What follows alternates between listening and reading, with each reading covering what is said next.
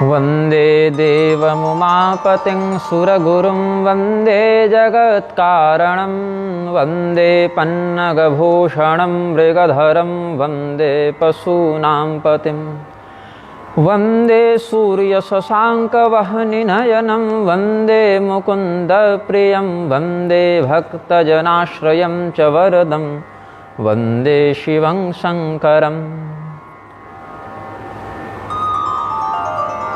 यन्मायावशवर्ति विश्वमखिलं ब्रह्मादिदेवासुरायत्सत्त्वादमृषैव भाति सकलं रज्जौ यथा हिर्भ्रमः यत्पादप्लवमेकमेव हि भवाम्भोधैस्थितिर्षावतां वन्देऽहं तमशेषकारणपरं रामाख्यमीशं हरिम्।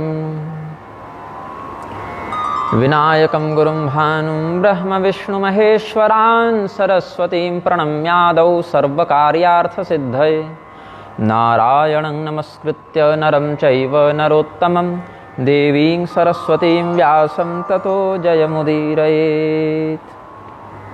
प्रेम से बोलिए आनंद कंद भगवान की जय। सखा समझियस परिहरि मोहु सिय रघुबीर चरण रत होहु कहत राम गुण भाभिनुसारा जागे जग मंगल सुखदारा। भगवान श्री रामचंद्र जी निषाद राज गुह का आतिथ्य स्वीकार करके वन में ही अशोक के वृक्ष के नीचे विश्राम कर रहे हैं। उनके सुरक्षा में निषाद राज गुह और श्री सुमित्रानंदन लक्ष्मण जी कुछ दूर पर धनुष बाण धारण करके पहरा दे रहे हैं।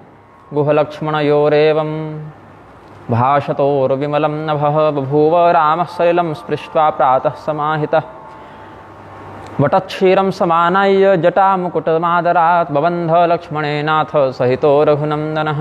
भगवान के गुणों का कीर्तन करते हुए वैराग्यपरक वचनों को बोलते हुए दोनों को पूरी रात्रि नींद नहीं आई, दोनों जगते रहे। भगवान और भगवती सीता तो सो रहे थे, लेकिन दोनों पहरेदार के रूप में जो नियुक्त हैं लक्ष्मण जी और निषाद राज जी, दोनों पहरेदार थे। तो वो दोनों भगवान के ही कीर्तन करते करते रात बिता दिए। फिर भगवान जब प्रातः उठे, स्नान आदि के सलिलम स्पृष्ट्वा जल इत्यादि के माध्यम से जो पवित्रीकरण की क्रिया होती है वो सब करके कहे कि बरगद का दूध लेकर आओ। बरगद का दूध क्या करेंगे, जटाओं में लगाकर उसको बांध देंगे तो जटाएँ जल्दी बन जाएंगी। तो भगवान ने जब बरगद का दूध मंगाया, लक्ष्मण जी की भी जटा बनी, भगवान ने भी जटा बनाई। तो हृदय दाह अति बदन मलिना कह कर जोरी बचन अति दीना नाथ कहे वस कौशल नाथा लई रथ जाहु राम के साथा बभूव हृदये दाहु बभूव मलिनं मुखं भूत्वाति दीनः प्रोवाच रामं भूत्वा कृताञ्जलिः कौशलाधिपतिः प्राह गृहीत्वा चन्दनं शुभं सार्धं रामेण गच्छत्तं सुमंत्र विपिनं शुभम। छाती सुलगने लगी, मुख मलिन हो गया।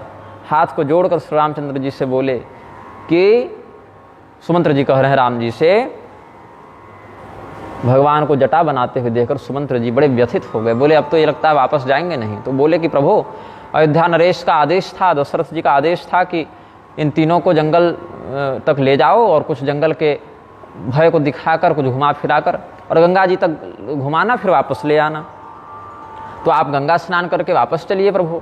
दर्शयित्वा वनम गंगा स्नानम सर्वमलापहम कारयित्वा शुभौ बंधो शीघ्रमानय कौशलां लक्ष्मणं चापि रामं च सीतां जनकनंदिनीं शीघ्रमानय संकोचम शंकां त्यक्त्वा वनात् प्रिय।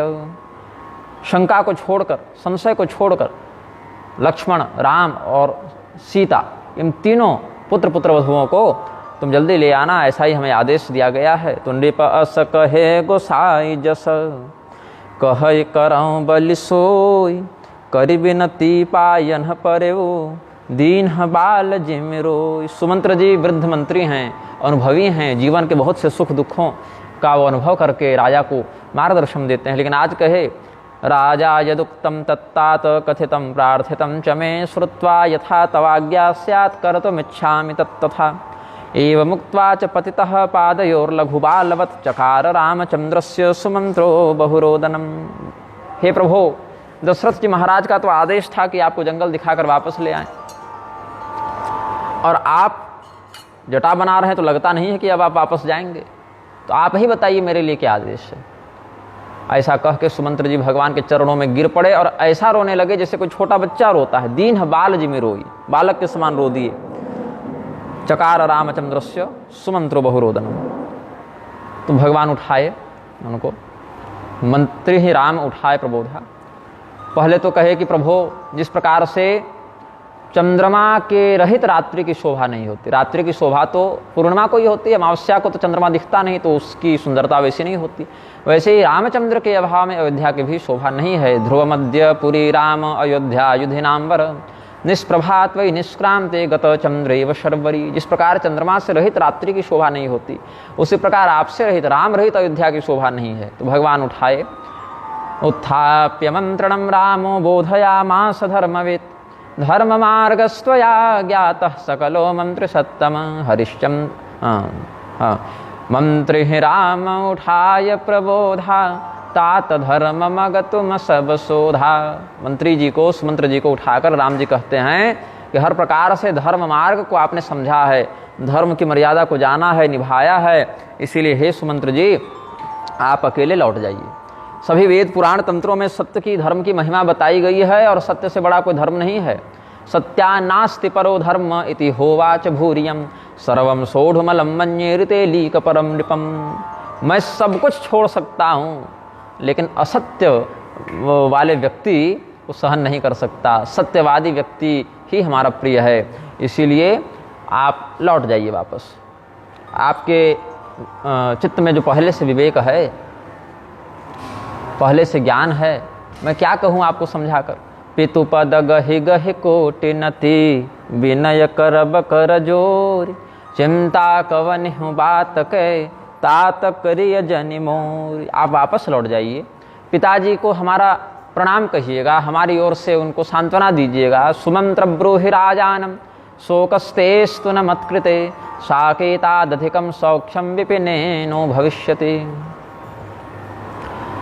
जंगल में हमारा किसी प्रकार से अमंगल नहीं होगा, हम हर प्रकार से आपके आशीर्वाद की छांव के तले सुखी रहेंगे पिताजी। ऐसा ही मेरा संदेश उनको कहिएगा कि मेरे पिता मेरे विषय में शोक न करें। और यदि किसी प्रकार से पिताजी के हृदय में धैर्य न हो, तो प्राचीन इतिहास को कह के, ऋषि महर्षि इत्यादि का व्याख्यान करके, प्राचीन महापुरुषों के कष्ट और उनके धैर्य का वर्णन करते, शिवी दधीचि हरिश्चंद्र इत्यादि का भाव बताकर आप उनको धैर्य धारण करवाइएगा। इक्ष्वाकूणाम त्वया तुल्यम सुहृदम नोपलक्ष्ये यथा दशरथो राजा नमाम सोचत तथा कुरु। इक्ष्वाकु वंशियों के आप बड़े सुहृद हैं, मंत्री हैं, हमारे सलाहकार हैं, हमारे हितैषी हैं, इसीलिए राजा दशरथ जिस प्रकार से धैर्य को धारण करें वैसा ही प्रबंध आप कीजिएगा। श्रुत्वा श्री रामचंद्रस्य संवादम सचिवस्य च कुटुम्बै सहितः सर्वैर्निषादो व्याकुलो भवत्। सुनि रघुनाथ सचिव संवादो भयव सपरिजन बेकल निषादो। पुनि कछु कही लखन कटुबानी प्रभु बर जेऊ बड़ अनुचित जानी। सकुच राम निज सपथ देवाई कहबन तात लखन लरिकाई। लक्ष्मणो दुर्वचः प्राह तच्छ्रुत्वा तं हि राघवः कारयित्वा स्वशपथम प्रतिषेधितवान भृशम। जब भगवान श्री रामचंद्र जी अपना संदेश सुमंत्र जी को कह रहे थे कि राजा दशरथ से ऐसा जाकर कहिएगा, तो लक्ष्मण जी बोले कि हमारा संदेश ही पहुंचा दीजिएगा मंत्री जी। बोले क्या आपका संदेश है? बोले यही कहिएगा कि अब आपके कलेजे में ठंडक पड़ गई, बड़े सत्यनिष्ठ बन रहे थे पिताजी, अब तो माता कैकेयी से आपका प्रेम और बढ़ जाएगा, आप तो और अधिक सत्यवादी सत्यसंध बन जाएंगे हम लोग को जंगल में भेजकर। तो यही कहिएगा उनको कि सत्यनिष्ठा के चक्कर में असत्य भाषण से बचने के लिए आपने जो इतना बड़ा कुकृत्य कर दिया, अब तो लगता है अवश्य ही आपको कलेजे में ठंडक पड़ जाएगी। तो लक्ष्मण जी के कठोर वचनों को सुनकर राम जी ने मना कर दिया कि चुप रहो, ऐसा क्या कह रहे हो तुम, ये सब बातें जो है वो तुम मत कहो। और सचिव जी को, मंत्री जी को अपनी कसम दे दी राम जी ने, अपनी शपथ कह दी कि मैं आपको अपनी सौगंध देकर कहता हूं कि लक्ष्मण जी के वचनों को मत सुना दीजिएगा पिताजी के पास। लक्ष्मण अभी बच्चे हैं, उनको नहीं पता है कि क्या कहना है क्या नहीं कहना है। वाल्मीकि जी ने तो और भी कठोर वर्णन किया है लक्ष्मण जी के शब्दों का। जब वनवास नहीं गए थे उससे पहले ही लक्ष्मण जी कह रहे थे कि आप आदेश दीजिए, हम तो राजा दशरथ को ही जेल में डालकर और गद्दी पर कब्जा कर लेते हैं आपके नाम से। भगवान डांटे, मना किए। राजा दशरथ भी स्वयं यही कहे थे कि हे पुत्र, मेरी बुद्धि मारी गई है, मेरा विवेक मेरा साथ छोड़ रहा है, और विवेकहीन राजा न अपना कल्याण कर सकता है न प्रजा का कल्याण कर सकता है। और राम संपूर्ण प्रजाजन तुमसे प्रेम करते हैं, विद्रोह भी नहीं होगा, तुम ऐसा करो मुझे ही जेल में डाल दो और राजा बन जाओ। लेकिन भगवान ने मना किया। लक्ष्मण जी ने भी ये परामर्श दिया, लेकिन भगवान ने मना किया। तो सुमंत्र जी ने कहा कोई बात नहीं प्रभु, आपका आदेश तो शिरोधार्य है। बस एक निवेदन और था कि महाराज ने कहा था कि यदि राम और लक्ष्मण सत्यसंध धीर व्रति होने के कारण वापस न लौटें, कम से कम सीता को वापस लौटा दें। जिस प्रकार से सीता जी वापस घर चले आएँ उसी प्रकार से प्रबंध करो, क्योंकि सीता अगर आ जाएंगी तो कम से कम बहू का ही मुख देखकर उन्हीं के कारण तुम्हारा स्मरण करते हुए हम धैर्य धारण कर लेंगे। जगादराज संदेशम सुमंत्रो मंत्र सत्तमः जानकी कानन क्लेशान सोढ़ुम शक्ता न कोमला आगच्छेत सा यथायोध्याम तथा कार्यम सुतत्वया। जिस प्रकार से सीता जी वापस लौट जाएं, क्योंकि जंगल में रहने का उनका स्वभाव नहीं है, अभ्यास नहीं है। राजमहल में सदैव रही हैं, पलंग पर सदैव सोई हैं, तो भीषण जंगल में कैसे रह पाएंगी। तो इसीलिए किसी प्रकार से अगर राम और लक्ष्मण न भी वापस आ सकें तो सीता जी को वापस लेकर आना। न तरो निपट अवलंब विहीना मैं न जियब जिमि जल बिनु मीना नागमिष्यति चेत सीता नाहं जीवामि राघव यथा जलम बिना मीनो न जीवति कदाचन। जैसे जल के बिना मछली नहीं जीवित रहती है, उसी प्रकार से श्री राम के बिना हम जीवित नहीं रह सकते। किंतु श्री राम की ही अर्धांगिनी सीता जी उन्हीं का अंश है, उन्हीं का स्वरूप है, ऐसा समझ कर यदि सीता भी कम से कम लौट जाए तो मेरे प्राणों को कोई तो आशा मिलेगी, कोई तो आसरा मिलेगा, कोई तो मेरे पास एक कारण रहेगा जीवित रहने के लिए। तो मई के ससुरे सकल सुख जब ही जहाँ मन मान तह तब रहे सुखे नसिय जब लगे विपत्ति बिहान। इस विपत्ति रूपी रात्रि की सुबह जब तक न हो जाए, बिहान न हो जाए, बिहान शब्द है ना क्षेत्रीय भाषा में, बिहान मतलब प्रातः काल, जब तक इस विपत्ति रूपी रात्रि की समाप्ति न हो जाए, प्रातः काल न हो जाए, तब तक सीता जी जहाँ चाहें, अपने मायके में चाहें तो मायके में ही रह लें, लेकिन कम से कम महल में रहेंगी तो मुझे आशा रहेगी, मुझे भरोसा रहेगा कि उनको कष्ट नहीं है। राम जी के जाने से जो वियोग है वो सीता जी की उपस्थिति से कुछ सह्य हो जाएगा। मतलब ऐसे तो वियोग रहेगा ही, लेकिन इतना मेरा धैर्य बढ़ जाएगा कि हम कुछ सह सकें, झेल सकें। मिथिलायाम अयोध्यायाम समचने कानि राघव सा सुखानि सुखे नैव वसिष्यति यथा रुचि यावद् भवान् न चायाति साकेतं धाम पुण्यदम। लेकिन राजा दशरथ के इन वचनों को सुनकर बहुत प्रकार से श्री रामचंद्र जी ने पुनः सीता जी को समझाया, बहुत प्रकार से कहा कि ऐसा करो, तुम घर लौट जाओ, तुम्हारे सास ससुर गुरु प्रियजन माता पिता सबको आनंद होगा, सबका कष्ट दूर होगा। लेकिन सीता जी ने मना कर दिया। आर्तो यथा महाराज कृतवान प्रार्थनां शुभां प्रेमणा सावरणीयास्ति ब्रह्मणा शंकरेण च संदेशं पितुराकर्ण्य रघुवीरो दयाकर सीतायै सुंदरीं शिक्षां प्रददौ बहुलां मुदा। बहुत प्रकार की शिक्षा दी है राम जी ने। सासु ससुर गुर प्रिय परिवारु फिरहुत सब कर मिटय खभारु ससुरस्य तथा स्वस्रा गुरोः परिजनस्य च सर्वस्य दुःखं नश्येत्तु सीते तव निवर्तनात्। पुलस्त संहिता में कहते हैं। लेकिन ऐसा संभव नहीं हो पाया। शशिना सह याति कौमुदी सह मेघेन तड़ित प्रलीयते प्रमदापतिवर्त्मगा इति प्रतिपन्नम ही विचेतनैरपि। रघुवंशम का भाव संभवता है।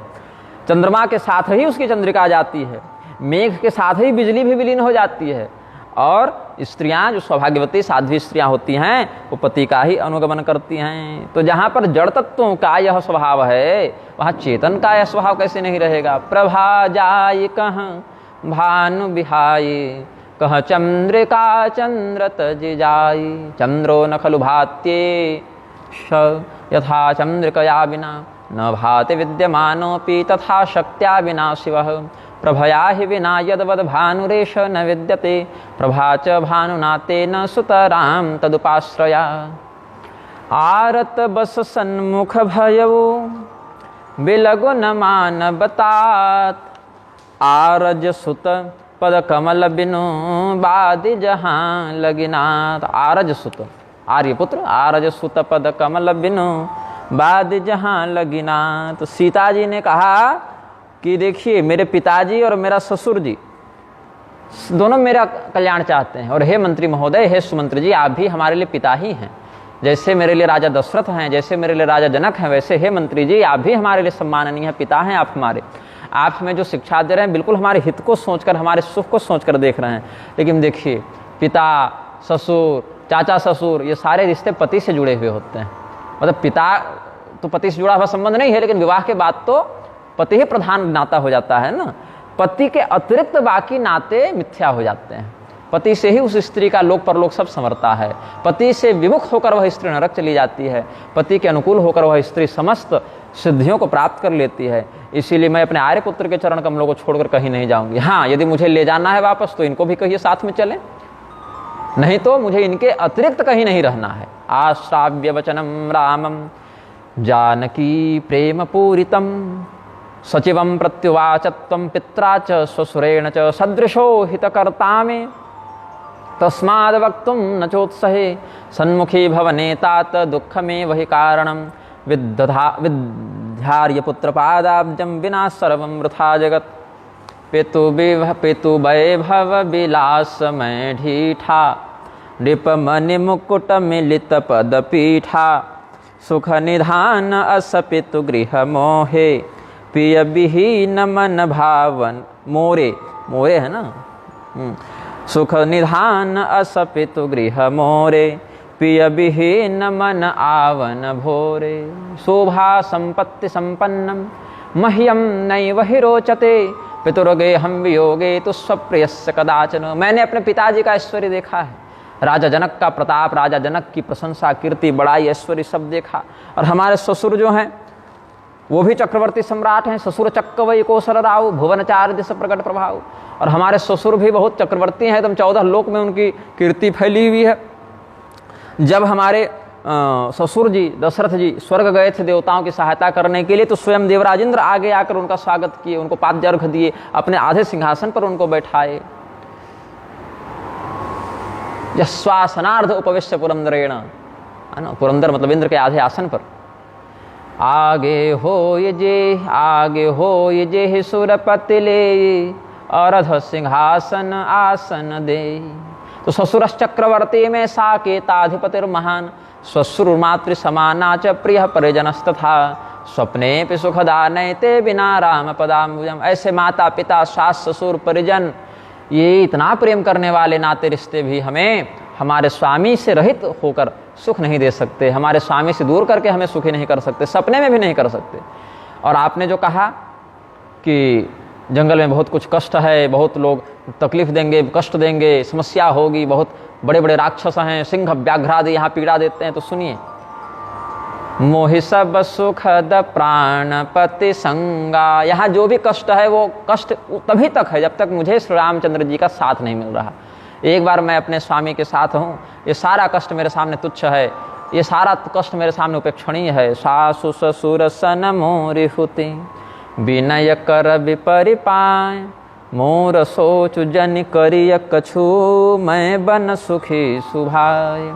पतित्वा पादयो स्वस्रोह कर्तव्यो विनयस्त्वया मम शोको न कर्तव्यश्चाहम सुखयुता बने।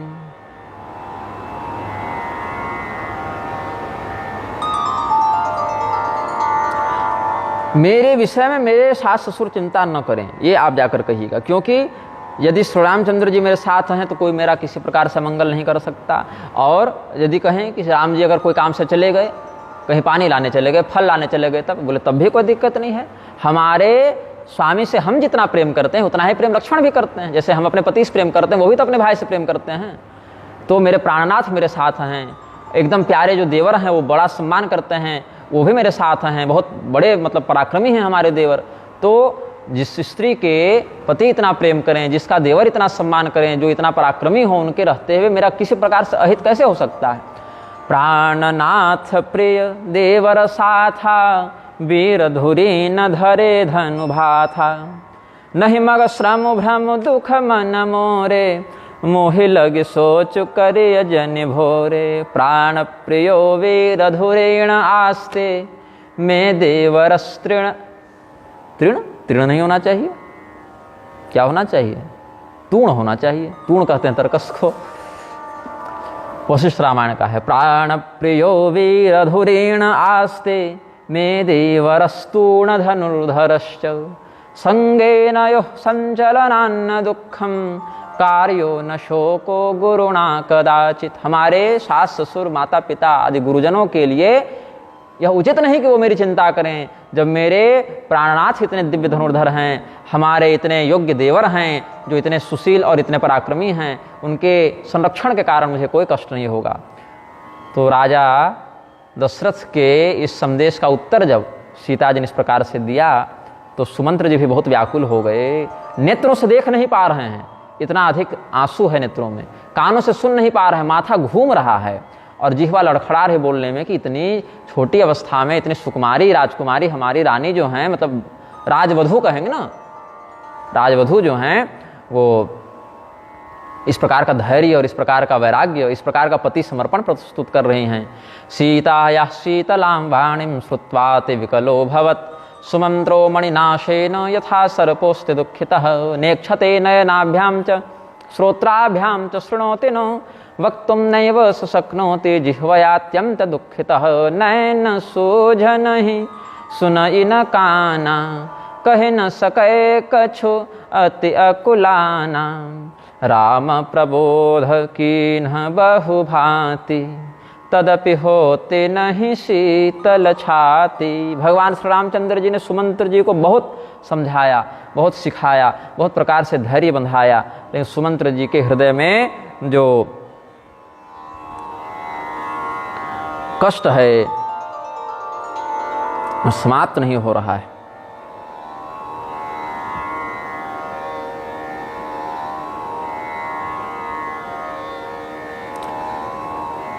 रामो भृत्यानुकंपेतो सुमंत्रमिदमब्रवीत। राम जी कहते हैं कि हे सुमंत्र जी कहते हैं कि हे राम जी, आप तो अपने सेवक के लिए सदैव हितकारी हैं, सदैव अनुकूल हैं। निवर्त्यमानो रामेण सुमंत्रः प्रतिबोधितः, तत्सर्वं वचनं श्रुत्वा स्नेहात् काकुत्स्थमब्रवीत्। नगरीं तां गतं दृष्ट्वा जननी मे यवीयसी, कैकेयी प्रत्ययं गच्छेदिति रामो वनं गतः। देखो, अगर तुम अकेले जाओगे ना तो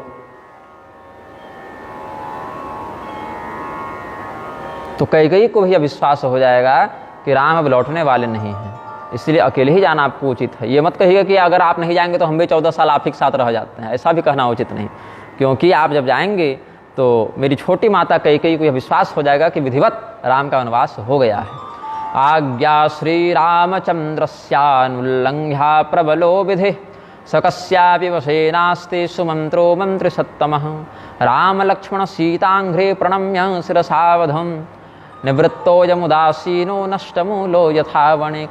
मेटि जाय नहीं राम रजाई, कठिन करम गति कछु न बसाई।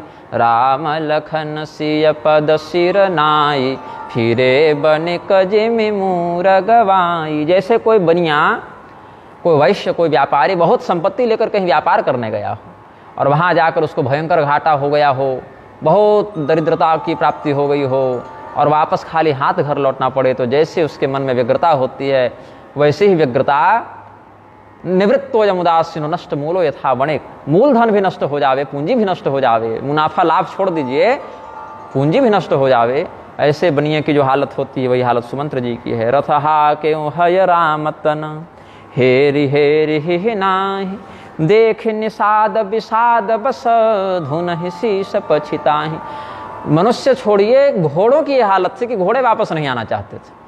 भाई ठीक है, पशु है, लेकिन इतनी समझ तो घोड़ों में भी है ना, भगवान से प्रेम तो घोड़े भी करते हैं। तो सारथिर्नोदयामास रथम रामम विलोक्य च, हयाश्च हृषणाम चक्रुर्दृष्ट्वेदम शोक कारणात्। शिरः समताड्य कुर्वन्ते पश्चातापम गुहादयः। जब घोड़ों को कहा जाता आगे चलो, चाबुक मारकर आगे प्रेरित किया जाता, तो घोड़े पीछे देखकर हिनहिनाने लगते। तो सुमंत्र जी भी चाकू नहीं मार पा रहे, चाबुक नहीं मार पा रहे हैं कि भाई इनको कष्ट अपने हैं तो हम क्या इनको चाबुक मारें। सुमंत्र जी भी चाबुक धीरे ही चला रहे हैं, बस अनुशासन के लिए चला रहे हैं।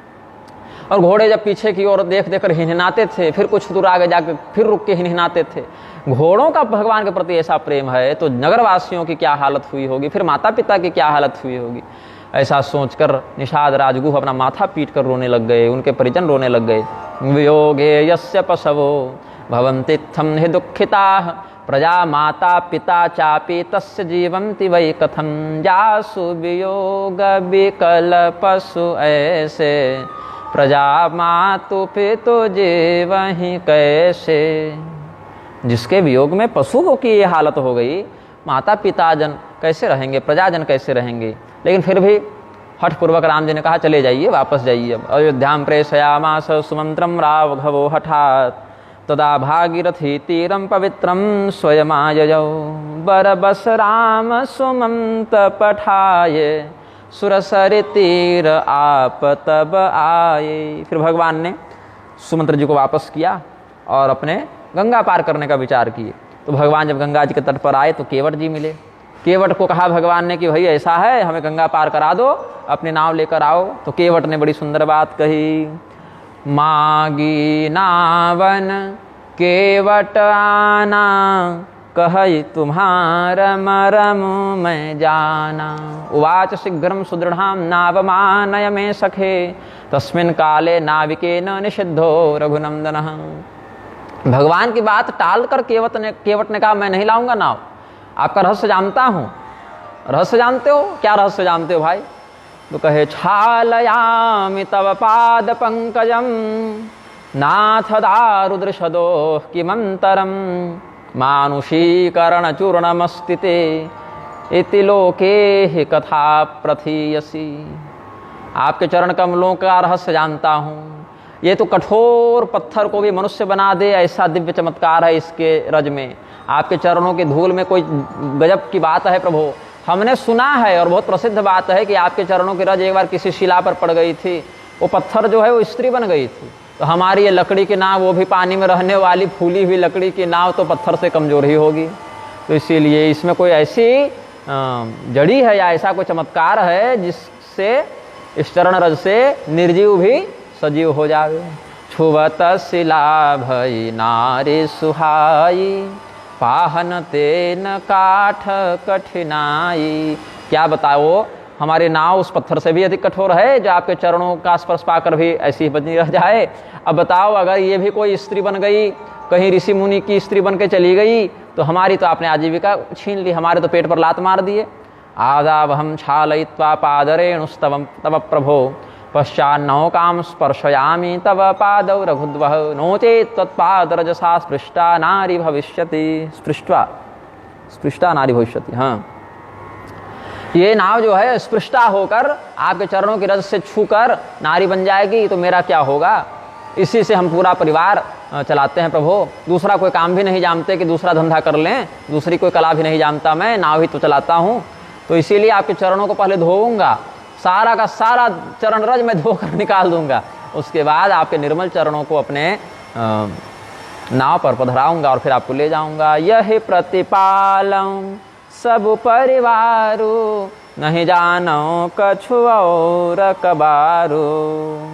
इसीलिए अगर जाना है आज गंगा पार, तो बिना मेरे हाथों से चरणों को धुलाए आप नहीं जा सकते। पादाम्बुजं ते विमलं हि कृत्वा पश्चात् परम तीरमहं नयामि। हे भगवान, आपके चरणों को मैं पवित्र करूंगा। भगवान के चरण पहले से पवित्र हैं, लेकिन केवट जी कहते हैं कि विमल करूंगा, निर्मल करूंगा। कहीं अगर हमारी ये जो नाव है आपके चरण रजों से युवती बन गई, तब तो हमारे परिवार को आप भूखे मार दीजिएगा। अच्छा, ये भी नहीं आप कह सकते हैं कि मैं तुमको बहुत धन दे दूंगा, नाव के बदले दूसरी नाव बनवा दूंगा। कहाँ से बनवाएंगे, अपने मुनि वेश में घूम रहे हैं। तो पादाम्बुजं ते विमलं हि कृत्वा पश्चात् परम तीरमहं नयामि नो चेत्तरिः स्याद्युवतिर्मलेन स्याच्चेद् विभो विद्धि कुटुम्बहानि। फिर कहता है, अस्ति में गृहिणी गेहे किंकरोम्य पराम स्त्रियम। अगर कहें आपके अच्छा कोई बात नहीं, तुम्हारी तो ये नाव है, स्त्री हो जाएगी तो तुम इससे विवाह कर लेना, घर बसा लेना। बोले महाराज मेरा घर बसाया है, हमारा ये जो घर है उसमें हमारी घरवाली भी है, और घरवाली के होते मैं दूसरी घरवाली क्यों करने लगा। ये सब भी बातें हैं। तो पद कमल धोये चढ़ावनावन नाथ उतराये चहूँ, मोहि राम रावुरियान दशरथ सपथ सब साचे कहूँ।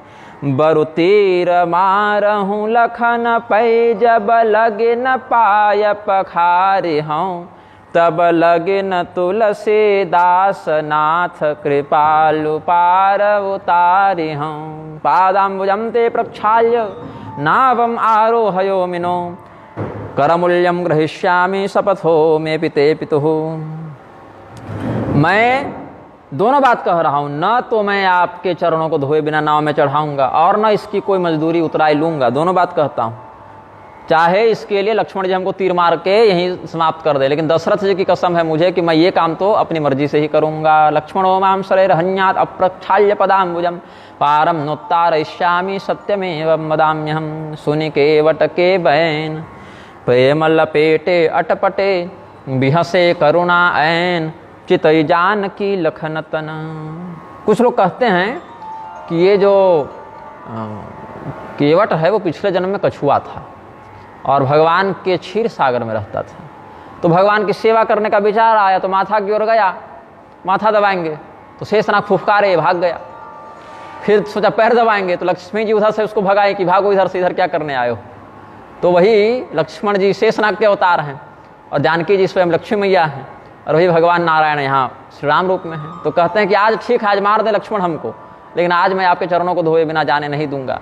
तो अटपटे वचनों को, प्रेमयुक्त वचनों को जब भगवान सुने तो लक्ष्मण और जानकी की ओर देखकर मुस्कुराए कि यही कछुआ है ना जिसको तुम लोग सेवा नहीं करने देते थे। निषाद वाक्य माकरण या संबंधम प्रेम पूरितम, लक्ष्मणम वीक्ष सीतां च जहास करुणाकरः। तारकात् तारको राम नापिताच्चन नापितः, करमूल्यम न गृहिणी या देश धर्म सनातनः। बहुत सुंदर बात कही है। उतराई नहीं लेने का कारण क्या है? अच्छा बताइए, नाई जो है हजामत बनाता है और कोई दूसरा नाई उसके पास आ जाए तो उसके हजामत बनाने का कोई पैसा लेता है क्या? नहीं लेता है। अब कोई लेने लगे अलग बात है, लेकिन लेना नहीं चाहिए। कोई नाविक है, वो दूसरे नाविक को पार ले जाने के लिए पैसा नहीं लेता है, क्योंकि वहीं से दोनों की आजीविका जुड़ी हुई है। और स्टाफ कोटा होता है ना कि एक कंडक्टर दूसरे कंडक्टर से पैसा नहीं लेता है। अरे हम तो उस बस के कंडक्टर है भाई, हमसे क्या लोगे? तो स्टाफ है कह के चढ़ जाते हैं लोग। तो हे प्रभु आदि स्टाफे में आएंगे, क्योंकि एक नाविक दूसरे नाविक से पैसा नहीं लेता। लक्ष्मण जी बोले नाविक हमारे स्वामी कहता है, हमारे हमारे स्वामी को नाविक कहता है? बोले हाँ, इसीलिए कहता है क्योंकि ये भी उतारते हैं पार, हम भी उतारते हैं पार। एरिया की बात है, लेकिन हम यहाँ के तारक हैं और वो वहाँ के तारक हैं। तो कृपा सिंधु बोले मुस्काए, सोई करो जेहि तव नावन जाए, बेगियान जल पाय पखारु, हो तब विलंब उतारहि पारु। इति तद्वाक्य माकर्ण्य विहस्य रघुनंदन, तेन संचालित पदो नौकां तामारुरोहस। भगवान हंसे और बोले अच्छा ठीक है, तुमको जिस प्रकार से अनुकूल लगे, जैसे तुम्हारी नाव बर्बाद न हो वही उपाय करो। भगवान ने केवट की ओर अनुमति की दृष्टि से देखा है। कितना सुंदर भाव यहाँ व्यक्त करते हैं, वेदव्यास का भाव है। यन्नाम स्मृति मात्र तो परिमितम, संसार वाराम निधिम, तीर्त्वा गच्छति दुर्जनोऽपि परमं, विष्णोः पदं शाश्वतम्। सोऽयं श्रीरघुनायकस्तु कृतवान्, सुप्रार्थनां धीवरात्, श्रीगंगोत्तरणार्थमेव दयया तं त्वं कृपालुं भज। वेदव्यास कहते हैं कि जिनके नामस्मरण मात्र से बड़े बड़े पापी भी इस अथाह अपार संसार समुद्र से पार जाकर अविनाशी वैष्णव परम पद को, यत् परम पदम वैष्णव मामनंति, उस परम पद को चले जाते हैं। उन्हीं रघुनंदन राम जी ने गंगा जी से पार उतरने के लिए, अपने ही चरणों तक से पार उतरने के लिए केवट से अत्यंत विनम्रतापूर्वक प्रार्थना की है कि मुझे पार ले चलो भाई। पद नख निरखि देव सरिहरसि, सुनि प्रभु बचन मोह मति करसि। बताइए, गंगा जी ने जब दूर से श्री रामचंद्र जी को देखा तो सोच रही कि इतने प्रभावशाली भगवान जो है वो केवट से क्यों प्रार्थना कर रहे हैं कि मुझे वही पार उतार दे। लेकिन भगवान के चरणों को धोने के लिए जब केवट ने गंगा जल निकट लाया तो गंगा जी पहचानी ये तो वही नखमणि चंद्रिका हैं, वही नाखून हैं भगवान के चरणों के, जो इनके माध्यम से हमारा प्राकट्य हुआ था। तो अपना उद्भव स्थान समझकर गंगा जी अत्यंत प्रसन्न हो गई। फिर एक कठौत पानी लाकर बहुत प्रेम से भगवान के चरणों को पखारा है। इस लीला को देखकर समस्त देवता ईर्ष्या करने लगे केवट से, भगवान हमारा काम बनाने नहीं गए थे वनवास जी, इन लोगों का काम बनवाने भगवान बनाए हैं। ऐसे भक्तों पर कृपा करके उनको अपने चरणों तक का सौभाग्य देने के लिए भगवान वनवास की लीला कर रहे हैं। विक्षपाद नखान गंगा हृष्टा करण्य विभोर्वच पुष्पाणि बभृशोर्देवा प्रशंसन्ते मुहुर्मुहुः बरसे सुमन सुर सकल सिहाहि एहि सम पुण्य पुंज को नाही। पदुपखारि जलपान करे आप सहित परिवार पितर पार कर प्रभु ही पुनि मुदित गयउलय पार। पदो प्रक्षाल्य पीत्वा च जलम परिजनैर्वृतः नीत्वा पारम पितॄन् हृष्टः प्रभुं पारम निनायसः। प्रभु के चरणों को धोया, चरणों तक को पिया, परिवार वालों को भी बुलाकर चरणों तक पान करवाया, अपने पितरों का उद्धार किया। ये 4 काम करने के बाद केवट ने भगवान को अपने नाव में बैठने की स्वीकृति दी। फिर भगवान जब नौका के माध्यम से केवट के सहयोग से पार हो गए तो भगवान को प्रणाम किया, केवट ने दंडवत प्रणाम किया। तो भगवान थोड़े संकुचाए कि भाई अब नाव में बैठ गए हैं, इसी गाड़ी में बैठे हैं, कुछ भाड़ा भी नहीं दिया, कुछ किराया भी नहीं दिया, कुछ मजदूरी नहीं दी, ये तो अनर्थ हो जाएगा ना। तो सीता जी की ओर देखा कि भाई हम तो कुछ जानते नहीं, तुम देखो तुम्हारे पास कुछ है तो श्री तो तुम हो। तो पिय हिय की सिय जान निहारे मनि मुंदरे मन मुदित उतारे। कहे वो कृपाल ले ही उतराए केवट चरण गहे वो अकुलाए। पारम गत्वा ब्रवीद वाक्यम निषादम रघुनंदनः गृहाण कर मूल्यम तम जग्राह चरणों हरे। गंगा पार जाकर भगवान केवट से बोले, सीता जी की ओर देखा तो सीता जी ने अपनी मुद्रिका उतार दी, रत्न जड़ित अंगूठी उतार कर भगवान को दे दी कि इसी से मजदूरी चुका दीजिए। तो भगवान ने वो अंगूठी दी केवट को। केवट ने भगवान के पैर पकड़ लिए, बोले ये क्या कर रहे हैं प्रभु, ये मजदूरी क्यों दे रहे हैं आप? हे प्रभु मुझे आज क्या नहीं मिल गया जो अलग से कुछ देने की आवश्यकता है? हे प्रभु आपकी कृपा से जितने भी दोष हैं, पाप हैं, दुख हैं, दरिद्रता है, सब हमारे समाप्त हो गए। बहुत दिनों तक हमने मजदूरी की, अपने यात्रियों से पैसा लिया, जो यथोचित धन था उसका संग्रह किया, लेकिन प्रभु वास्तविक परिश्रम का फल तो आज ही हमको मिला है। इसीलिए केवल आपका अनुग्रह चाहिए और कुछ नहीं चाहिए। यदि फिर भी आपको देने का मन ही है तो आप जब वापस लौटिएगा तब कुछ दे दीजिएगा, क्योंकि जाइएगा तो गंगा पार ही ना। तो जब वापस लौटिएगा तब अगर कुछ देना होगा तो दे दीजिएगा। किम न प्राप्त मया स्वामी नद्य श्री पाद दर्शनात् नापरा हृदय वांछा विहाय काम कृपा तब। तो भगवान से यह भी कहा है कि मैं यहाँ आपको पार कर दे रहा हूँ, और जब मेरी जगह पर आने की बात होगी तो अब भवसागर से आप हमको पार कर दीजिएगा।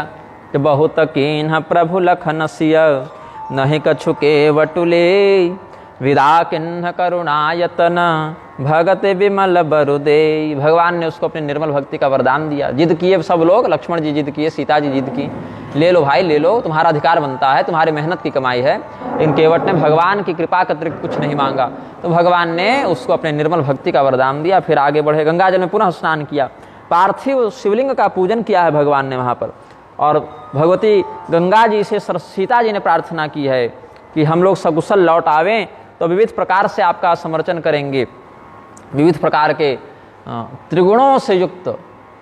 उसमें बहुत कुछ है, वाल्मीकि जी ने लिखा है, सात्विक राजस तामस बहुत प्रकार के द्रव्यों का वर्णन है। और यहाँ भाव की दृष्टि से देखें तो सब तो सात्विक ही हो जाएगा विधि युक्त होकर, लेकिन विविध प्रकार के राजोचित मिथ्य पशु इत्यादि के बलिदान पूर्वक और सौभाग्य श्रृंगार आदि के द्रव्यों से युक्त होकर आपका मैं आसवादी से भी अर्चन करूँगी। इस प्रकार से विविध बातें मनौती के रूप में सीता जी ने कही हैं कि तदा गंगा जले स्नात्वा रघुवंशपतिर्महान समर्च्य पार्थिवम देवम शिरसा प्रणनाम च शिरसियसुर सरे कहे वो कर जोरे मातु मनोरथ पुरव बिमोरे पति देवर संग कुशल बहोरे आय करऊँ जेहि पूजा तोरी। सुनि सिय बचन प्रेम रस सानी भई तब विमल बारी बरबानी। गंगा मध्य कथा गंगा प्रार्थयामास जानकी। ये तो बीच धार में ही स्तुति की है सीता जी। देवी गंगे नमस्तुभ्यं निवृत्ता वनवासतः रामेण सहिताहं तां लक्ष्मणेन च पूजये सुरा मांसोपहारश्च नाना बलिभिराद्रता। तो इन श्लोकों में सुरा और मांस शब्द को देखकर बहुत विद्वान मोहित होते हैं। मेध्य मांस और शोधित सुरा का निषेध नहीं है, इसीलिए वहाँ पर शास्त्रोक्त विधि से प्रोक्षित मध्य मांस आदि का व्यवहार अपेक्षित है, ऐसा समझना चाहिए। तो भगवती गंगा जी ने जब भगवती सीता जी का ऐसा प्रेम पूर्वक अनुरोध सुना तो वहीं पर गंगा जी के जल से यह ध्वनि प्रकट हुई। गंगा जी ने भई तब विमल बारी बरबानी सुनो रघुबीर प्रिया वैदेही तब प्रभाव जग विदितन के ही लोकप होहि बिलोकत तोरे तो ही से वही सब सिद्धि कर जोरे। तुम जो हम ही बड़ी विनय सुनाई कृपा कीन्हि मोहि दीन्हि बड़ाई तदपि देवी मैं देवी असीसा सुफल हो नहीं तनिज बागीसा। प्राणनाथ देवर सहित कुशल कौशला आय पूजहि सब मन कामना सुजस रहे जग छाई। हे वैदेही जी, हे सीता जी, आपके प्रभाव को कौन नहीं जानता। आपकी महिमा तो त्रिभुवन में व्याप्त है। संपूर्ण लोकपाल आपकी कृपा की आकांक्षा करते हैं। समस्त सिद्धियां आपकी सेवा में तत्पर रहती हैं। फिर भी आप अपने कुशल की प्रार्थना हमसे कर रही हैं, हमें बढ़ाई दे रही हैं। इसीलिए हम आपका आशीर्वाद देते हैं कि आपका मनोरथ पूर्ण हो, आपके पति और आपके देवर के सहित आपका कुशल हो। आप कुशल पूर्वक जब अयोध्या आएंगे तो फिर अपने वचन को पूर्ण करेंगे।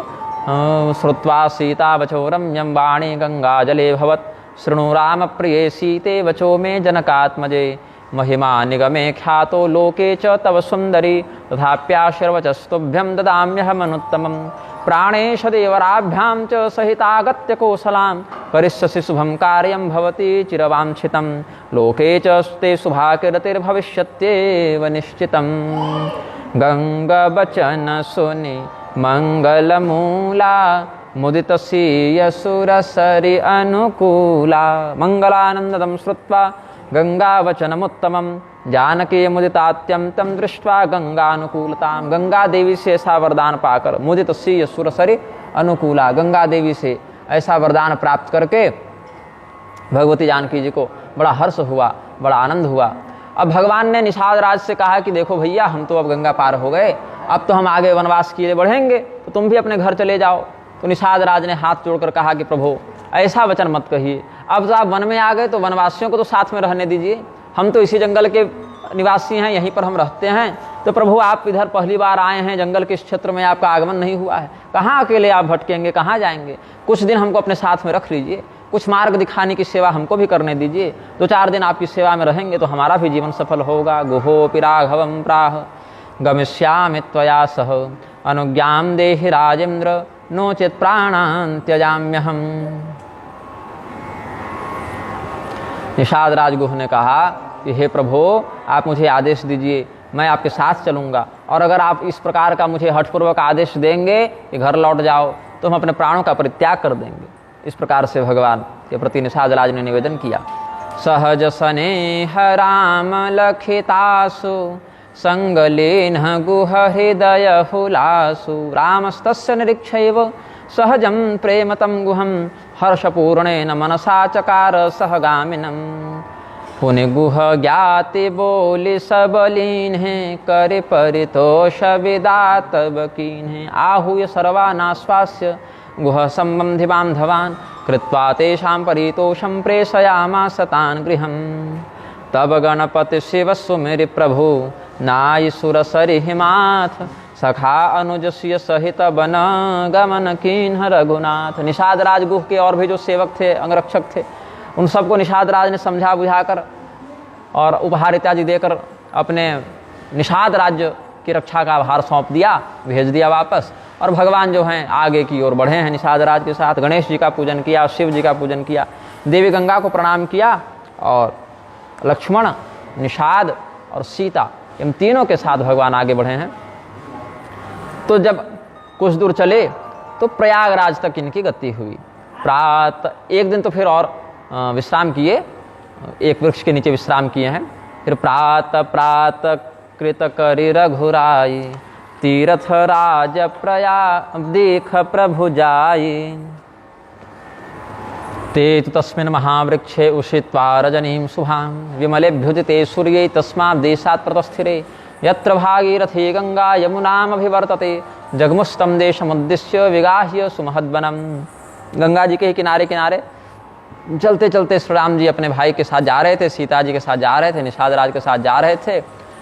तो गंगा और यमुना का जहाँ संगम है प्रयागराज में, वहाँ तक पहुँचे हैं। सचिव सत्य श्रद्धा प्रिय नारे, माधव सरि समेत हितकारी।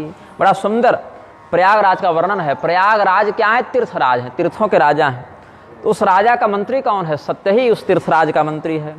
श्रद्धा उनकी प्यारी पत्नी हैं, और साक्षात श्री बिंदु माधव भगवान उनके मित्र हैं। धर्म अर्थ काम मोक्ष, यही चारों पुरुषार्थ उनके राजकोष हैं। राजा का खजाना भी होता है।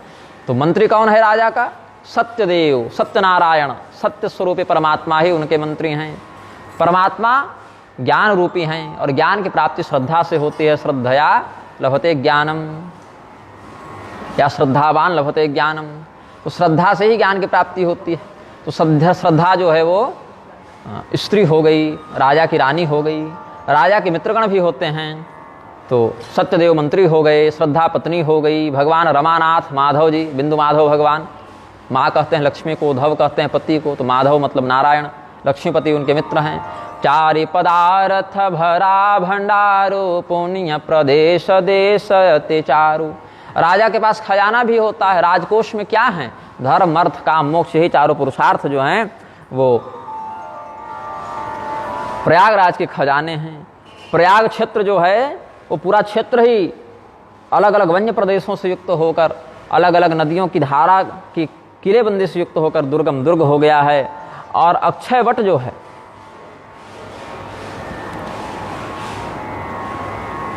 वह छत्र है। जैसे राजा के माथे पर छत्र होता है, तो अक्षय वट जो है वही इस प्रयागराज का छत्र है। संगम ही उसका सिंहासन है, और अन्य समस्त तीर्थादि और जो देवालय आदि हैं वो उस तीर्थराज प्रयाग के सैनिक हैं। इस प्रकार से अलग अलग उपमाओं का प्रयोग करते हुए भगवान ने प्रयागराज की प्रशंसा की है। श्री महारामायण का ये सब वचन है। वेद शास्त्र पुराण ही इस तीर्थराज प्रयाग की महिमा को गाने वाले बंदीगण हैं। तस्य प्रयागराजस्य सत्यम मंत्री महामतिः, श्रद्धात्यंत प्रिया रामा मित्रम साक्षात् रमापतिः। धर्मार्थ काम मोक्षश्च पूर्णं कोशगृहं शुभं, पुण्य प्रदेशो देशोस्ति तस्य चाप्यंत सुंदरः। क्षेत्रं च दुर्गमं दुर्गः पुष्टश्चारुश्च वैरिभिः, स्वप्नेऽपि दुर्जयः सैन्यं तीर्थान्येवाखिलानि च। गंगा यमुनयोर्नद्यो सरस्वत्यास्तथैव च, संगमो मुनिभिः प्रोक्तं रम्यं सिंहासनं परम्। अक्षयो वटवृक्षस्तु छत्रं मुनिमनोहरं, गंगा यमुनयोर्वीचिर्व्रजो दिव्ये तु चामरे। पुण्यात्मानो महात्मानः सेवकास्तस्य सेवया, धर्मार्थ काम मोक्षाख्यं लभन्ते वांछितं फलं। वेदशास्त्र पुराणानि वंदिनो गुणगायकाः। इस प्रकार से प्रयागराज की महिमा का वर्णन भगवान ने किया है। सेवहि सुकृते साधु सुचि, पावहि सब मन काम। वंदे वेद पुराण गण, कहहि विमल गुण ग्राम। प्रयागराज महिमा महान वेदेषु वर्णितः, पापानां नाशकोऽयं श्रीतीर्थराजः प्रकीर्तितः। शुभं तीर्थपतिं दृष्ट्वा श्रीरामः सुखसागरः, लेभे सुसुखमत्यन्तं दुःखितानां तु का कथा। बताओ कि भगवान श्री रामचंद्र जी स्वयं आनंद स्वरूपी परब्रह्म हैं, सुख सन्निधान हैं। लेकिन ऐसे भगवान भी प्रयागराज को देखकर जब अत्यंत सुख का अनुभव करते हैं, तो जो दुखी व्यक्ति है वह श्रद्धापूर्वक यदि प्रयागराज का अनुसरण करे तो भला क्यों सुखी नहीं होगा। तो भगवान ने फिर सीता जी को, लक्ष्मण जी को और सखा निषाद राज को प्रयागराज की महिमा बताकर उनको प्रणाम करके वन भुवन इत्यादि का अवलोकन करते हुए आगे की ओर यात्रा किया। भगवान वहाँ स्नान भी किए हैं त्रिवेणी में। भगवान महादेव जी इत्यादि का पूजन किया है, तीर्थ में तर्पण इत्यादि किया है, तीर्थ देवताओं का पूजन किया है। श्रावयामास सीतां च लक्ष्मणं सुहृदं तथा, श्रीराम श्रीमुखे नोक्ता तीर्थराज स्तुतिं मुदा। कृत्वा प्रमाणं पश्यंश्च वनं रम्यां च वाटिकां, माहात्म्यम कथयन प्रेमणा परमेण चचाल सह ये ही विधि जाय बिलोकी बेनी सुमित रत सकल सुमंगल देनी मुदित नहाय कीन्ह शिव सेवा पूज्य यथा विधि तीर्थ देवा एवमागत्य रामस्तु त्रिवेणीं दृष्टवान् प्रभुः या विस्मरण मात्रेणाखिला मंगलदायिका। वह त्रिवेणी गंगा यमुना सरस्वती का वह सम्मिश्रित होने का भाव, तीन नदियों की धारा एक जगह जुड़ जावे तो वह प्रयागराज का दिव्य तीर्थ स्मरण मात्र से समस्त मंगल को प्रदान करता है। वहाँ पर भगवान महादेव का पूजन किया, त्रिवेणी संगम स्नान किया, तीर्थराज प्रयाग की पूजा की है। तत्र स्नात्वा मुदा सेवाम महेशस्य चकार सह चकार तीर्थराजस्य पूजाम चापि यथा विधि। शास्त्रों में जैसी विधि बताई गई है तीर्थराज प्रयाग की, उसी विधि से भगवान ने पूजा की। फिर वहीं पर भरद्वाज जी का आश्रम था। भरद्वाज मुनि बसहि प्रयागा तिन्हि राम पद अति अनुरागा। पहले ही बता चुके हैं, याज्ञवल्क्य भरद्वाज संवाद के माध्यम से यह कथा भी उसी घटना को सूत्रधार के रूप में स्थापित करते हुए आगे बढ़ी है। तो तब प्रभु भरद्वाज पह आये करत दंडवत मुनि उरलाए। भगवान ने प्रयागराज में देखा भरद्वाज मुनि भी रहते हैं, तो भरद्वाज मुनि के आश्रम में पहुंचे हैं। भरद्वाज मुनि को देखकर भगवान श्री रामचंद्र जी ने उनको दंडवत प्रणाम किया है, तो भगवान को प्रणाम करता देखकर भरद्वाज मुनि ने उठाकर गले से लगा लिया और मुनि मद मोदन कछु कहे जाए ब्रह्मानंद राशि जनु पाई। जिस प्रकार से किसी व्यक्ति को अचानक से पूरा ब्रह्मानंद मिल जावे, वैसे भरद्वाज जी अपनी समस्त तपस्याओं का फल आज ही प्राप्त हुआ है, ऐसा समझकर प्रसन्न हो गए। ततो रामस्तु वैदेह्या लक्ष्मणेन समन्वितः भरद्वाजाश्रमं श्रमपदं गत्वा बहिरुपस्थितः। तत्रैकं बटुकं दृष्ट्वा रामः प्राह च हे बटो रामो दाशरथे सीता लक्ष्मणाभ्यां समन्वितः। आस्ते बहिर्वनस्येतेषुच्यतां मुनिसन्निधौ तच्छ्रुत्वा सहसा गत्वा पादयोः पतितो मुने स्वामिन् रामः समागत्य वनाद् बहिरवस्थितः। सभार्यः सानुजः श्रीमानाह मां देवसन्निभः भरद्वाजाय मुनये ज्ञापयस्व यथोचितं। तच्छ्रुत्वा सहसोत्थाय भरद्वाजो मुनीश्वरः गृहीत्वार्घ्यं च पाद्यं च राम सामीप्यमाययौ। भगवान श्री रामचंद्र जी ने भरद्वाज जी के आश्रम के बाहर भरद्वाज जी के एक ब्रह्मचारी शिष्य को देखा, तो कहा कि हे ब्रह्मचारी जी थोड़ा गुरु जी को बताइए। राम जी ने कहा, ब्रह्मचारी जी आए नहीं राम जी ने कहा भरद्वाज जी के शिष्य को कि ब्रह्मचारी जी आप अपने गुरु जी को भरद्वाज जी को जाकर बताइए कि मैं दशरथ पुत्र राम अपने भाई लक्ष्मण और पत्नी सीता के साथ उनके आश्रम के बाहर वन की सीमा में खड़ा हूँ। तो ब्रह्मचारी जी गए, गुरु जी को प्रणाम किया। गुरु जी बड़े प्रसन्नता से पाद अर्घ ये सब जल इत्यादि लेकर भगवान के स्वागत के लिए पहुँचे हैं। भगवान उनको देखकर दंडवत प्रणाम किए। भरद्वाज मुनि ने उठाकर गले से लगाया और फिर आश्रम में ले आए, आसन दिए। भगवान को आतिथ्य के लिए फल फूल ये सब जो मार्ग में थकान हुई होगी उसको दूर करके उधर पोषण के निमित्त भगवान का आतिथ्य किया है उन्होंने, और भगवान ने उनका दिया हुआ फल फूल सब स्वीकार किया। पित्रा नियुक्ता भगवन् प्रवेक्ष्यामस्तपोवनं धर्ममेवाचरिष्यामस्तत्र मूल फलासना। तस्य तद्वचनं श्रुत्वा राजपुत्रस्य धीमतः उपानयत धर्मात्मा गामर्घ्य मुदकं ततः। नानाविधानन्नरसान् वन्यफूमूलफलाश्रयान् तेभ्यो ददौ तप्ततपावासं चैवाभ्यकल्पयत्। भरद्वाज मुनि अपनी इच्छा मात्र से कुछ भी बनाने में समर्थ थे। महल चाहे बना लें, हाथी घोड़ा बना लें, दिव्य भोग संकल्प मात्र से प्रकट कर सकते थे। एक नई सृष्टि बनाने में वो समर्थ थे मान लीजिए। तो भगवान से पूछा कि प्रभु क्या खाएंगे, क्या सेवा करें। आजकल पूछते हैं ना चाय पियेंगे कि कॉफ़ी, तो चाय कॉफ़ी तो तामसी हो गई। भगवान को पूछा क्या आपकी इच्छा हो वही प्रस्तुत कर दें आपकी सेवा में। भगवान बोले कि क्या प्रस्तुत करेंगे। पिताजी आदेश दिए हैं कि जंगल में ऋषि महर्षि के साथ रहना है, उन्हीं के समान रहना है, तो आप लोग क्या खाते हैं बताइए। बोले हम लोग तो महाराज कंदमूल खाते हैं। बोले बस वही हम भी खाएंगे। तो राम जी के अनुमति से अनुमोदन से भरद्वाज जी ने कंदमूल फल ला कर दिया और बहुत स्वादिष्ट पवित्र मधुर उन फलों का भगवान ने भोग लगाया है। फिर उस दिन भगवान की वहीं ठहरने की व्यवस्था कर दी, अपने आश्रम में ही भगवान को ठहरा दिया। भये विगत श्रम राम सुखारे भरद्वाज मृदु बचन उचारे राम मागतम अभ्यर्च्य स्वागते नागतम मुनि भरद्वाजो ब्रवीद वाक्यम धर्मयुक्तमिदं तदा। भगवान श्री रामचंद्र जी ने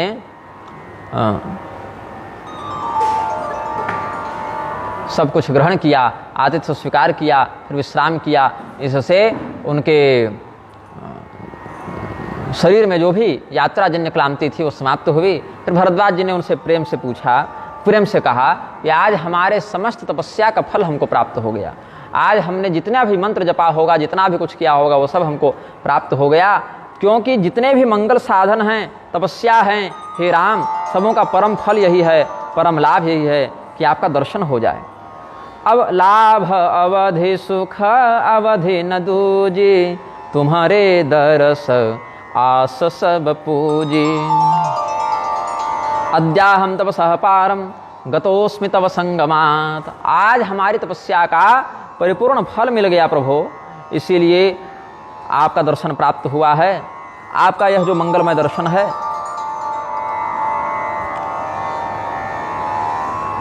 इसके अतिरिक्त मुझे और कुछ नहीं चाहिए। मतलब हमारा जितना भी तपस्या का फल था वो यही, इसी सीमा, यही अवधि पर टिका हुआ था। मनसा कर्मणा वाचा छलम त्यक्त्वा रघुत्तम, यावत् त्वदीयो न जान जनस्तावत् स्वप्ने पिनो सुखम।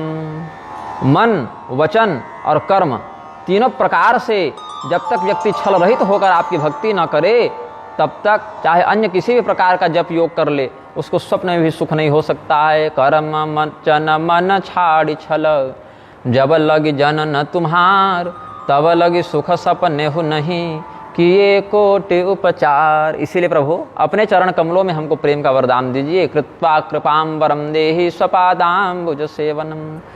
अब भगवान जो हैं जब सुने तो भगवान बोले, आप हमारे चरणों की सेवा और भक्ति का वरदान मांग रहे हैं। भगवान लज्जित हो गए कि भाई हम तो मनुष्य रूप में आए हैं और आप ये सब हमारे परम ऐश्वर्य का वर्णन करके हमें लज्जित कर रहे हैं, ये तो आप रहस्य खोल दे रहे हैं। तो राम श्रुत्वा मुनेर्वाक्यम संकोचे न युतो भवत, आनंद भक्ति भावांश्च विलोक्य मुदितो भवत। भगवान तो ऋषि भरद्वाज के वचनों को सुनकर लजा भी गए और मेरे भक्त इतने अच्छे भाव से युक्त हैं ऐसा देखकर प्रसन्न भी हुए। मनोभिरामं कीर्तिं च भरद्वाजस्य राघवः, सर्वान् संश्रावयामास बहुधा प्रेम पूर्वकम। तो भगवान ने सभी शिष्यों के सामने भरद्वाज मुनि की प्रशंसा करना प्रारंभ कर दिया। भरद्वाज जी राम जी की प्रशंसा कर रहे थे। राम जी सोचे हम मनुष्य रूप में यहाँ पर हैं और ये तो परमात्मा वाला रूप बखान रहे हैं, ये तो गड़बड़ बात हो जाएगी, रहस्य खुल जाएगा। इतना खुलकर भी सबके सामने नहीं बताया जाता। तो भगवान ने स्वयं के महत्व को छिपाकर भरद्वाज मुनि कितने बड़े तपस्वी हैं, कितने बड़े सिद्ध हैं, कितने बड़े ज्ञानी हैं, भरद्वाज जी की प्रशंसा सबको सुनाने लगे।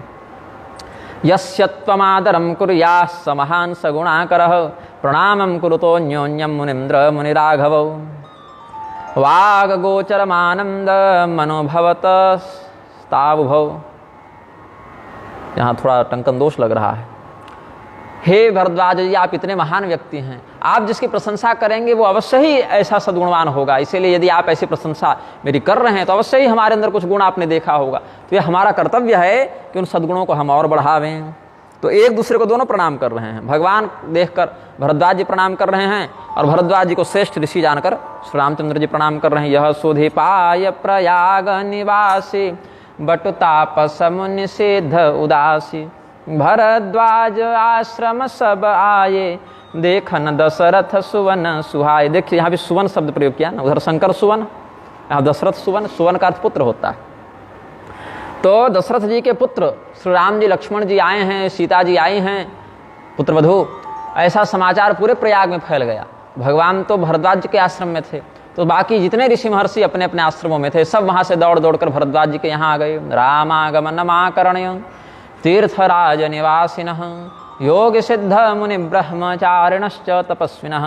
भरद्वाजाश्रमं सर्वे समाजगमुः सहस्रशः, श्रीराम लक्ष्मणौ द्रष्टुम शुभौ दशरथात्मजौ।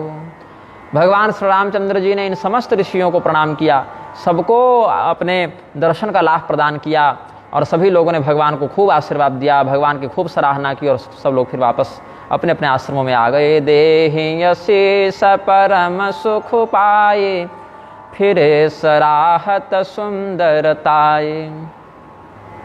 रामुन नाम तान सर्वान् बभूवुर्मुदिताश्चते, संप्राप्त सुमहानंदा दत्वा चाशीर्वच शुभम। संसंतो राम माधुर्यम निवृतास्ते स्वमाश्रमं, राम कीन्ह विश्रामन्यसि। प्रात प्रयाग नहाय चले सहित सिय लखन जना मुदित मुनि शिरुनाई उषित्वा रजनीं तत्र राजपुत्रावरिंदमं महर्षिमभिवाद्याथ जगमतुस्तम गिरिं प्रति। भगवान श्री रामचंद्र जी ने भरद्वाज जी से विदा लेकर चित्रकूट की ओर प्रस्थान किया। राम सप्रेम कहे वो मुनि पाहि, नाथ कही हम केहि मग जाहि। मुनि मन बेहसी राम सन कहि, सुगम सकल मग तुम कहि। राम प्रोवाच सप्रेम मुनिम केन पथा प्रभो, यामाह तम मुनि सर्वो मार्गोस्ति सुगमस्तव। भरद्वाज जी से पूछा राम जी ने कि प्रभो आपके आश्रम से हमें किस ओर बढ़ना चाहिए, हम अपने यात्रा में किधर बढ़ें, तो भगवान कौन सा मार्ग हमारे लिए अनुकूल होगा। तो श्री रामचंद्र जी के इन वचनों को सुनकर भरद्वाज ने कहा कि हे श्री रामचंद्र जी, आपके लिए कोई मार्ग दुर्गम हो सकता है क्या?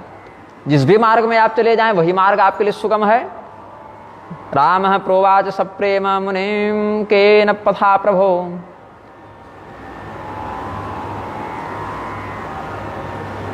व्यामाहतम मुनि सर्वो मार्गोस्ति सुगमस्तव। लेकिन फिर भी आप कह रहे हैं तो कुछ हम लोग आपके मार्गदर्शन के लिए प्रयास करेंगे। अपने शिष्यों को बुलाया और कहा कि राम जी को चित्रकूट वाले मार्ग से होकर आगे का रास्ता दिखाओ, कुछ दूर साथ में जाना इनके साथ साथ।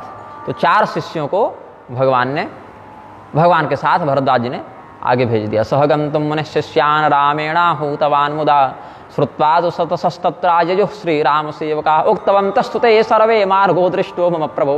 भरद्वाज जी ने पूछा कि आगे का रास्ता कौन जानता है, तो सैकड़ों चेले खड़े हो गए, हम जानते हैं, हम जाएंगे साथ, हम जाएंगे साथ। उसमें 4 अत्यंत शीलवान सन्मार्गनिष्ठ शिष्यों को भरद्वाज जी ने कहा कि ऐसा करो, तुम लोग चारों भगवान के साथ साथ जाओ। जिनका बहुत अच्छा पुण्य रहा होगा किसी जन्म का, उन्हीं को भरद्वाज जी ने चयन करके श्री राम जी के साथ भेजा है। मुनि बटु 4 संगत बदीन है, जिन्ह बहु जन्म सुकृत सब कीन है।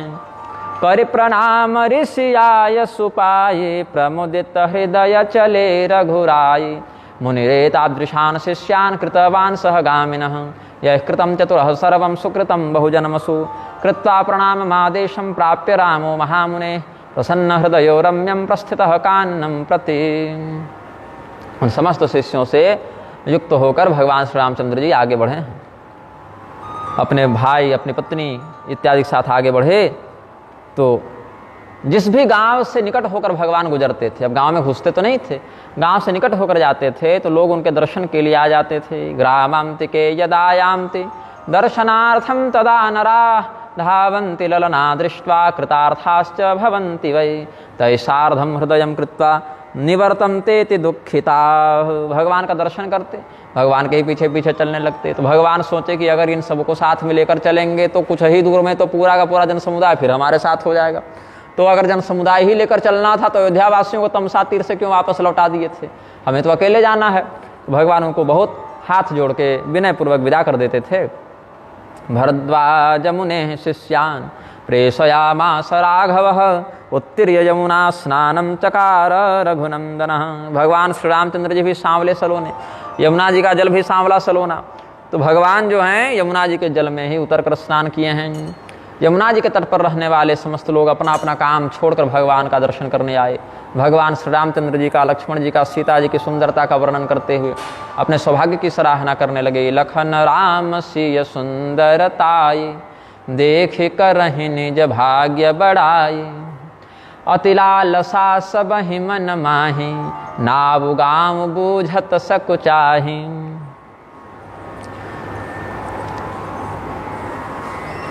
भगवान श्री रामचंद्र जी की सुंदरता की कीर्ति सुनकर सभी लोग अपना अपना काम छोड़कर उनका दर्शन करने आ गए। रामागमनमाकर्ण्य यमुना तीरवासिनः, स्वस्वकार्याणि संत्यज्य अधावन् पुरुषास्त्रियः। श्री सीता राम सौमित्रे सौंदर्यं वीक्ष्य हर्षिताः, स्वस्वभाग्य प्रशंसां च प्रकुर्वन्ति परस्परम। अपने सौभाग्य की सराहना सब करने लगे, देख कर ही निज भाग्य बढ़ाई। और भगवान कहाँ से आ रहे हैं, क्या नाम क्या है दोनों का, तीनों का, ये सब पूछने में सब लोग लज्जा का अनुभव कर रहे हैं। तो उनमें से जो बड़े बूढ़े लोग थे उन्होंने विचार करके कहा कि ये सांवले वाले जो हैं वो राम जी लग रहे हैं। ग्रामाख्यो ज्ञातमिच्छन्ति नैव पृच्छन्ति लज्जया, वृद्धश्च ज्ञान भिर्युक्त्या ज्ञातो रामो जगतपति ही। जो बूढ़े लोग थे, कुछ धर्मात्मा लोग थे, कुछ जिन्होंने अच्छी संगति की थी ऋषि महर्षियों के पास, जिनका उठना बैठना था, ऐसे लोगों ने पहचाना कि यहाँ पर दोनों भाइयों में राम कौन है। तो उन्हीं लोगों ने फिर बताया कि इनको अयोध्या नरेश दशरथ जी ने अपनी पत्नी कैकेयी के वचनों को पूर्ण करने के लिए, कैकेयी के मांगे वचनों को पूर्ण करने के लिए जंगल भेज दिया है। तो इस घटना को सुनकर सब लोग पछताने लगे। तो पछताते हुए ये लोग रानी को भला बुरा कहने लगे कि कैकेयी ने ठीक नहीं किया। कुछ लोग कहने लगे कि राजा दशरथ को क्या आवश्यकता थी ऐसा कठोर वचन दे देने की। तो सर्वान् संस्रावयामासुस्ते वृद्धा निखिलां कथां श्रुत्वा सर्वे विषीदन्तः पश्चात्तापं प्रकुर्वते। सुनि सविषाद सकल पछिताहि रानी राय के न भल नाही। अब इसके बाद एक प्रसंग है